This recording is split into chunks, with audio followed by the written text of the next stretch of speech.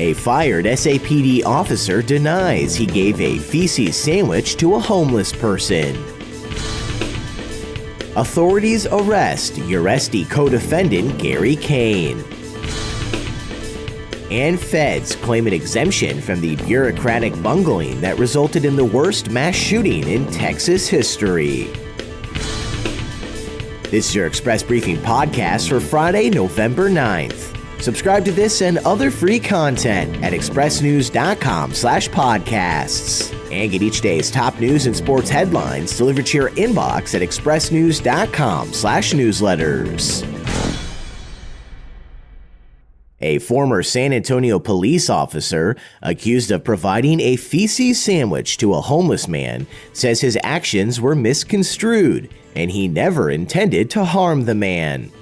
Effectively fired in October of 2016, 35-year-old Matthew Luckhurst is trying to get his job back, and during a Thursday hearing before an independent arbitrator, claimed he handed the man a discarded tray of bread and feces so the man could throw it away, noting he's, quote, never humiliated a homeless person, and told him to throw the container away. The testimony is part of a 3-day arbitration hearing that will determine if Luckhurst can return to the force with benefits and back pay. Under the city's contract with the police union, a police officer can appeal any discipline issued by the police chief, and an independent arbitrator decides if the discipline was fair. Thursday, Police Chief William McManus also took the stand, testifying he didn't believe Luckhurst was simply asking the person to throw the tray away, and stood by his decision to issue Luckhurst an indefinite suspension, which is tantamount to firing, rather than some lesser punishment. Luckhurst was on the force for 5 years. Testimony continues today before the arbitrator, who has several months to review the case and issue a ruling. If the arbitrator agrees with the chief's decision, the officer then has the right of appeal to a state district court. Authorities have cut short convicted felon Gary Cain's remaining days of freedom. Scheduled to begin serving a more than 5-year prison sentence today, a senior U.S. district judge apparently ordered Cain's arrest last Friday. But as the order was filed under seal, the circumstances of what led to the arrest have not been made public. In February, a jury convicted Cain and former state senator Carlos Uresti on a total of 20 charges in connection with their roles in Four Winds Logistics, a now defunct oilfield services company that defrauded investors. Cain received 68 months in prison, while Uresti received a 12-year prison term. The pair were also ordered to pay $6.3 million in restitution to victims. Prosecutors alleged in a September 21st court filing that Cain has used family and friends, including Bexar County District Attorney Nico LaHood and his father, former Judge Michael LaHood, to shield assets to avoid paying victims in the Four Winds fraud. Cain is now being held at the Central Texas Detention Facility in San Antonio.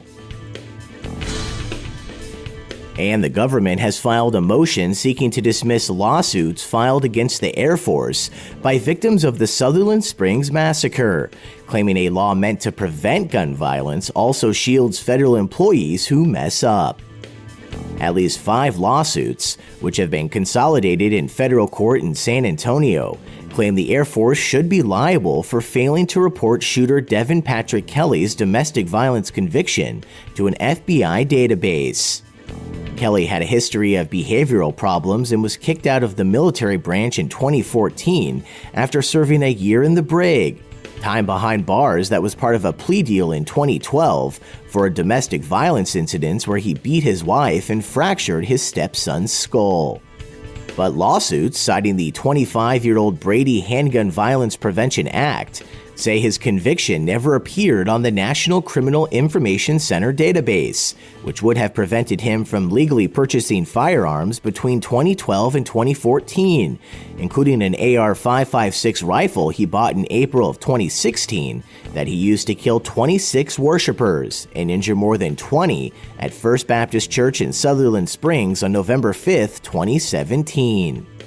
While the Air Force has already publicly admitted it did not report the conviction, in a 40-page motion filed last week, government lawyers cited a number of cases and laws they believe shield the Air Force personnel from bureaucratic bungling, including the Brady Act. The Brady Center to Prevent Gun Violence hasn't commented on the feds using the law as a shield, but in the case of Dylan Roof, a white supremacist who shot and killed 9 African-American worshipers in 2015 at a church in Charleston, South Carolina, the Brady Center did file a friend of the court brief arguing against the government's shield claims. And that's your daily San Antonio Express News briefing for Friday, November 9th. Subscribe to this and other free content at expressnews.com/podcasts.